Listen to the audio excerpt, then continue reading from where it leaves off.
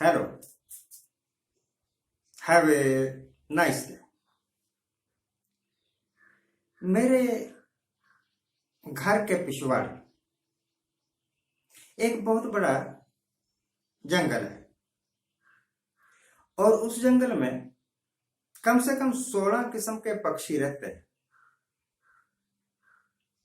मोर जैसे पक्षी रहते हैं, कोयल जैसे पक्षी रहते हैं, तोता, मैना, चिड़िया, जंगली मुर्गा और बहुत कईयों के तो हम नाम भी नहीं जानते। रात को 12-1 बजे के आसपास एक जानवर, 4 पैरों वाला जानवर मेरे आंगन में से गुजरता है। डेली उसका काम है, ऐसे गुजरता है। मुझे उसका नाम नहीं पता,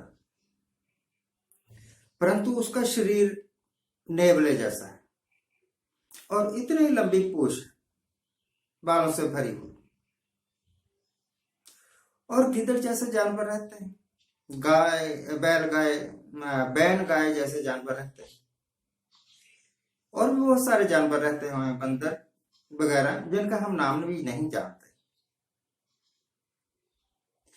उनको भी अपना नाम नहीं पता होगा भाई। परंतु ये सारे जानवर बड़ी एमिकेबली रहते हैं।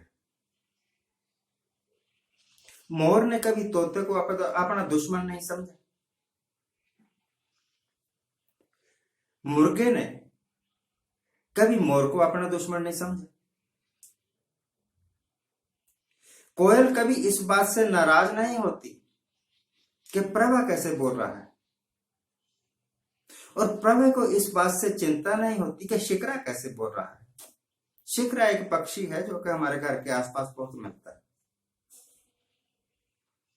यानी एक एमिकेबली रहते हैं, बड़े सौहार्दपूर्ण वातावरण में रहते हैं सारे पक्षी, सारे जानवर।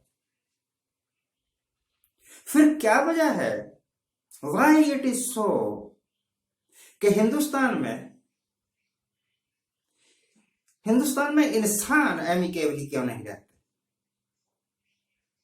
मुझे अंदर से कुचोट रही है एक कल की खबर। कल परसों एक लड़की जिसने बुर्का पहना हुआ है, टीवी में खूब चली वो खबर। बुर्का पहना हुआ है और कॉलेज में पढ़ने के लिए जा रही, और कॉलेज के कुछ मस्टंड स्टूडेंट, 100-200 होंगे, वीडियो में देखा तो, हाथ में क्या बोलते हैं, केसरी रंग का परना सा पकड़ा हुआ है, और उस लड़की के विरुद्ध नारे लगा रहे हैं। भाषा तो समझ में नहीं आती क्योंकि वो कर्नाटक में ये घटना घटी। आफ्टर ऑल कर्नाटक भी तो it is the part of India. तो वो जो लड़के हैं, उनके बिहेवियर से लगता है कि ये इस लड़की का विरोध कर रहे हैं, और टीवी वाला बोला कि इसका विरोध इस करके हो रहा है कि तू ये कपड़े ना पहन, ये बुर्का ना पहन, हिजाब ना पहन, या फिर ये कॉलेज छोड़ दे। मोर का मतलब है पशु, पक्षी, और गिद्ध का मतलब भी है पशु। पशुओं को इस बात की समझ है कि ये जंगल है, ये हमारा आवास है, हमने यहां रहना है, एक दूसरे को तंग नहीं करना। इंसान जो अपने आप को पढ़ा लिखा कहता है, सिविलाइज्ड कहता है, पशुओं से ज्यादा बड़े पशु तो ये लोग हैं जो अपने आप को इंसान कहते हैं। अब इस बात का फैसला क्या भगवान कपड़े पहनने वाले मस्टंड करेंगे कि एक मुसलमान लड़की क्या पहने क्या ना पहने, और फिर बात आ जाएगी कि क्रिश्चियन क्या पहने या ना पहने, एक सिख क्या पहने या ना पहने। फिर खाने की बात आ जाएगी कि आपने यही खाना है, दूसरी चीज खा नहीं सकते, क्योंकि हमारा धर्म अलो नहीं करता। तेरा धर्म अलो नहीं करता, दैट इज अनदर थिंग। उनका धर्म करता है। उनके धर्म में ये बात है कि हिजाब पहनना है लड़की ने,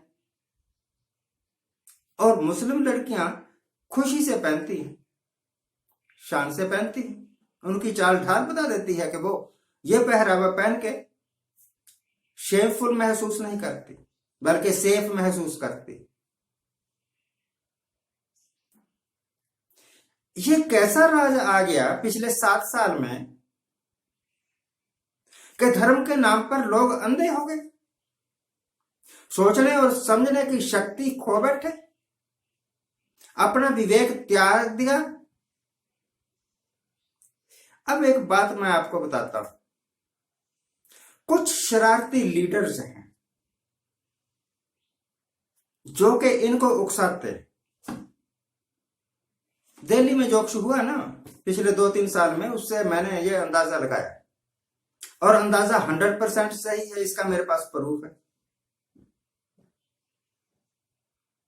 जिस वक्त बीजेपी के लीडर ने और मंत्री केंद्र में शाहीन बाग वाला मसला जब चल रहा था, 10-15 लड़के लेके एक जुलूस सा निकाला और कहा कि ये लोग देश के गद्दार हैं, इनको गोली मारो सालों को। तो उससे नेक्स्ट डे ही गोली चल गई। तो गोली चल गई, इसके पीछे दिमाग किसका काम कर रहा था, उकसाहट किसकी थी? ये बीजेपी का लीडर। इसी तरह जो बच्चे कॉलेज में या किसी इंस्टीट्यूट में पढ़ने जाते हैं, माँ बाप ये तवक्को नहीं करते कि ये वहां जाके गुंडागर्दी करेगा या गुंडा बनेगा। और मान लो कि वहां पर पुलिस आ जाए, कुछ घटना हो जाए, दुर्घटना हो जाए, मारपीट हो जाए, लाठीचार्ज हो जाए, फिर वो लीडर छुप जाते हैं। वो इस बात को कतई मानने के लिए तैयार नहीं होते कि हमने इनको उकसाया है, स्टूडेंट्स को। और फिर उन स्टूडेंट्स की जिंदगी थाने में, चौकियों में, जेल में, कोर्ट में चक्कर मारते मारते खत्म हो जाती। स्टूडेंट्स से अपील है मेरी कि आपका फर्ज है पढ़ना, क्योंकि माँ बाप ने आपके वास्ते पैसा सिर्फ इस करके खर्चा है कि आप पढ़े और अपनी जिंदगी बनाए। ये लीडर आपको उकसा के अपना काम निकाल लेते हैं, इन्होंने आग लगानी होती है और लग जाती है।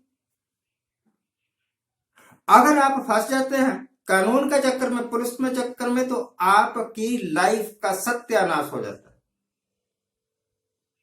इन लीडर्स का कुछ नहीं बिगड़ता। तो अपनी जिंदगी बढ़ाइए, इन चोर लीडरों के पीछे मत लगिए। और वैसे भी ये कहां की इंसानियत है?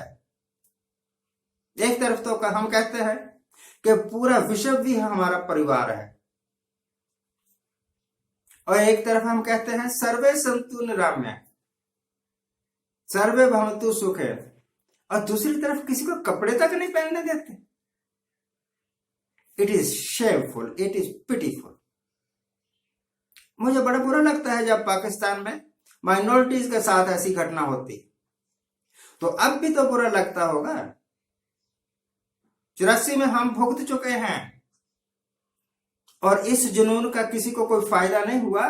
सज्जन कुमार जैसे जो उकसाने वाले लीडर थे, अब जेल में हवा खा रहे हैं। अगर आपने अपना लाइफ खराब करना है तभी ऐसी अच्छे काम करिए।